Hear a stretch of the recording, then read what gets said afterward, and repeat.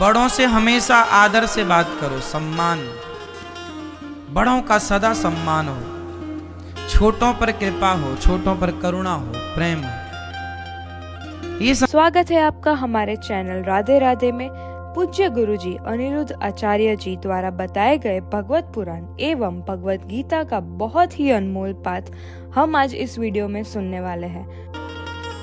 बड़ों से हमेशा आदर से बात करो, सम्मान, बड़ों का सदा सम्मान हो, छोटों पर कृपा हो, छोटों पर करुणा हो, प्रेम हो। ये संस्कार है। भाई मैं आपसे अच्छी बातें क्यों कर रहा हूं? मेरे से भी तो गालियां देनी आती हैं, मेरे को भी तो लड़ना झगड़ना आता है, मुझे भी गुस्सा आता है। पर जो हमारे संस्कार है ना, उन संस्कारों ने हमें इन सब से अलग रखा है। आपको सबसे अलग कौन करता है? आपके संस्कार, आपका व्यवहार। आपका व्यवहार आपको सबसे अलग करता है। और वो संस्कार जो है ना, बहुत कीमती है। बच्चों को प्रॉपर्टी बाद में देना, बैंक बैलेंस बाद में देना, सोना चांदी बाद में, पहले संस्कार।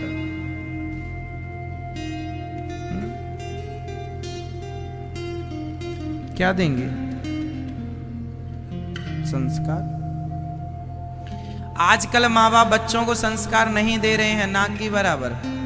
कुछ कुछ माँ बाप दे रहे हैं, आप लोग नहीं दे रहे हैं संस्कार। बहुत लोग ऐसे हैं जो बच्चों को संस्कार नहीं देते। क्यों नहीं देते? क्योंकि खुद के अंदर नहीं है। भाई हमारे अंदर जो है हम वही तो ना देंगे। बच्चों को संस्कार वही माता पिता दे सकते हैं जो माता पिता स्वयं संस्कारी होंगे। यदि आप स्वयं संस्कारी नहीं हैं तो आप क्या देंगे? जो है ही नहीं आपके पास, कहां से लाएंगे?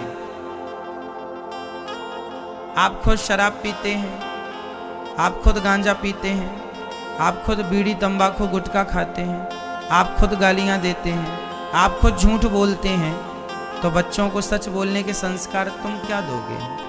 तुम तो खुद झूठ बोलते हो।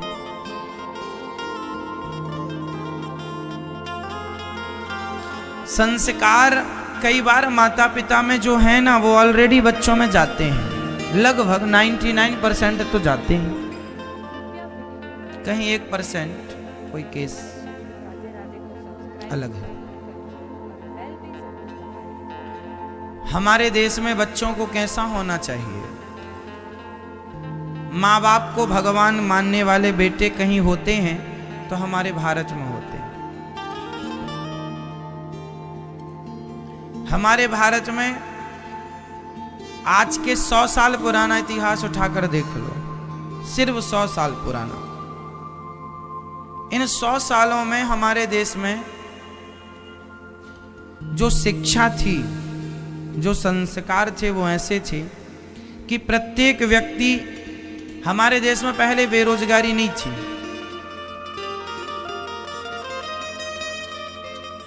बताओ क्यों नहीं थी?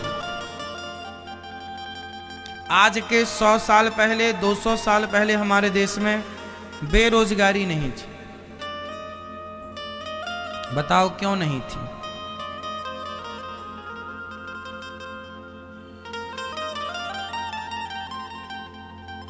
उत्तर दो, क्यों नहीं थी? क्योंकि पहले के लोग अपना अपना काम करते थे। अपना अपना काम। ब्राह्मण का काम ब्राह्मण ही करता था, क्षत्रियों का काम क्षत्रिय, वैश्य का काम वैश्य, शूद्र का काम शूद्र। जो जहां था ना, उसका वो काम बाप दादों का चला आता था। भाई हमारे बाप दादे जो काम करते आए हैं, हम उसी काम को बढ़ाएंगे, उसी काम को आगे ले जाएं, उसे और बेहतर बनाएंगे। तो भाई बाप दादों का काम मिलता गया, बेरोजगारी थी नहीं। क्योंकि भाई काम सिस्टमैटिक ढंग से जब आप देखो ना, हमारे देश में कितने आज भी परिवार ऐसे हैं जो अपने बाप दादों का काम कर रहे हैं और आगे बढ़ा रहे हैं और वो सफल हैं, पीढ़ी दर पीढ़ी वो काम करते चले आ रहे हैं। तो बेरोजगारी नहीं है। अब हुआ क्या, आप नया काम ढूंढते हैं जिस काम का आपको नॉलेज नहीं है, आइडिया नहीं है।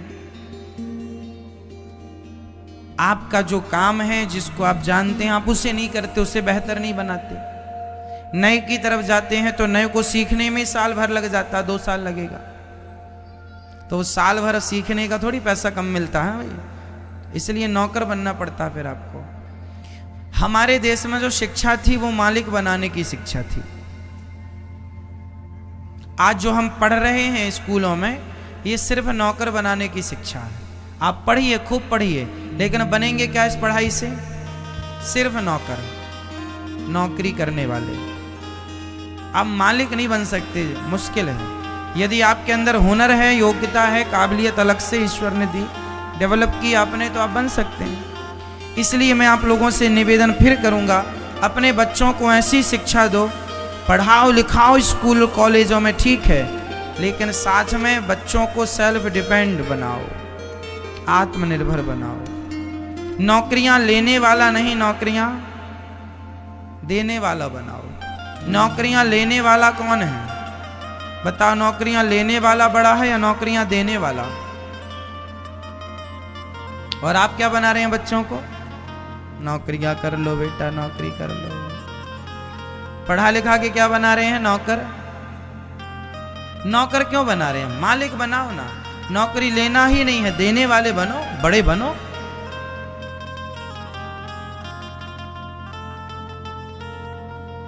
यदि हर लोग इस भाव से काम करने लग जाएं कि हमें लेना ही नहीं है, नौकरियां देना है, तो अपने आप हमारे आपकी आर्थिक स्थिति भी मजबूत हो जाएगी, और आप मजबूत होंगे तो देश मजबूत होगा।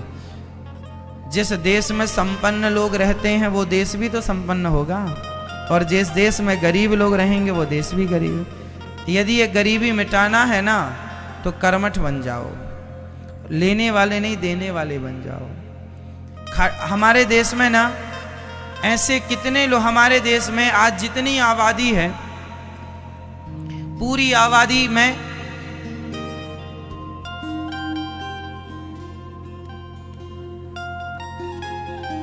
20% लोग ऐसे हैं, बल्कि 25% लोग ऐसे हैं जो कुछ नहीं करते, केवल खाते हैं।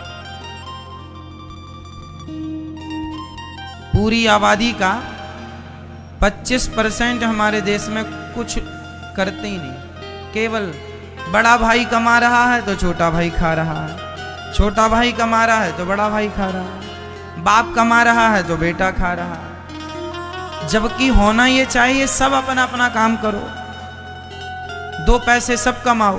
भाई सब लोग कमाएंगे तो आपकी स्थिति ज़्यादा अच्छी होगी। एक कमाएगा और 4 खाएंगे तो कितना भी कमाओगे घर में रुपया टिकेगा ही नहीं, क्योंकि कमाने वाले 1 हैं और खाने वाले 4 हैं। इसलिए ज़्यादा लोग कमाओ, सब लोग कमाओ, और नौकरियां देने वाले बनो। खुद का बिजनेस करो, व्यापार करो, खुद का छोटा उद्योग डालो, छोटा बड़ा जैसे आपकी।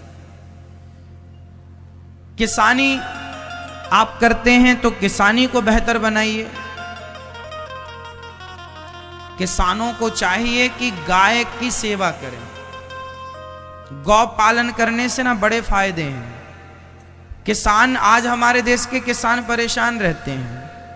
परेशानी का कारण क्या है? जिस हिसाब से खेती करनी चाहिए उस हिसाब से आप करते ही नहीं। भाई किसानों के घर में गायों का होना जरूरी है, क्योंकि गायों से किसानों का संबंध है। पता है क्या? गाय का गोबर होगा तो गोबर की खाद होगी। खाद में ना केंचुआ होता है, ध्यान से देखा आपने? लंबा लंबा केंचुआ खाद में गोबर की खाद में विशेष रूप से पाया है। वो केंचुआ जो होता है ना, उस केंचुए का खेत में होना जरूरी होता है। जिस खेत में ज्यादा केंचुए होंगे, केंचुए जानते हैं लंबे लंबे होते हैं, वो किसान का सबसे बेस्ट फ्रेंड है। वो क्या है? मिट्टी को खा खा करके ना वो खाद बनाता है। मतलब मिट्टी की जो उर्वरक क्षमता है उसे बढ़ाता है। और आज यूरिया डीएपी का जमाना, दवाई ऐसी, वो सारे मर गए। यदि हम यूरिया डीएपी के साथ, हम ये नहीं कहते एकदम से बंद करो, यदि हम गाय की सेवा करेंगे तो गाय का गोबर खेतों में भी पड़ेगा, खेतों को नेचुरल खाद मिलेगी, उससे क्या है फसल और अच्छी आएगी। और दूसरा, गाय होंगी तो आप दूध भी बाजार में बेच सकते हैं, जिससे आपको उससे भी इनकम हो। किसानों को चाहिए कि नई नई खेतियां करें, जिसकी डिमांड है, जो चीजें महंगी हैं उनकी खेती करनी चाहिए। विशेष रूप से खेती में मन लगाना चाहिए, समय देना चाहिए। किसानों के घर यदि गाय नहीं है तो वो अधूरा किसान है। भाई खेत में ही बनाओ गाय की व्यवस्था। यदि किसान बाजार से टमाटर खरीद रहा है, यदि किसान बाजार से आलू खरीद रहा है, किसान बाजार से धनिया मिर्ची खरीद रहा है, तो वो पक्का किसान नहीं है। भाई आपके खेती है तो अपने लिए तो इतना करके रखो कुछ जमीन में कि आपके घर में टमाटर बाजार से ना लाना पड़े, आपके यहाँ होते रहे। कुछ साग भाजी तो आपके घर होती रहे, जो बाजार से खरीदेंगे वो बचेगा। कुल मिलाकर हमें आज हमारे को केवल बुद्धि की कमी है। यदि बुद्धि लगाएं सब लोग तो पैसों की कमी नहीं है किसी को, विवेक की कमी है।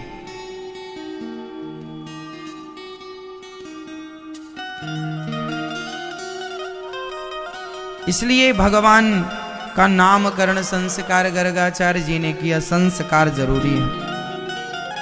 बड़ों को प्रणाम करने के संस्कार दो, गीता रामायण पढ़ने के संस्कार दो बच्चों को, 2 पैसा कमाने के संस्कार दो। डायरेक्ट आप बच्चों को ना करोड़ रुपया दे देंगे ना बर्बाद कर देंगे। पहले उन्हें पैसा देने के पहले 2 पैसा कैसे कमाया जाता है वो टैलेंट तो सिखाओ, कमाने दो। जब मेहनत का पैसा कमा कर लाएंगे ना, तब उन्हें पता चलेगा कि 10 रुपए की वैल्यू क्या है।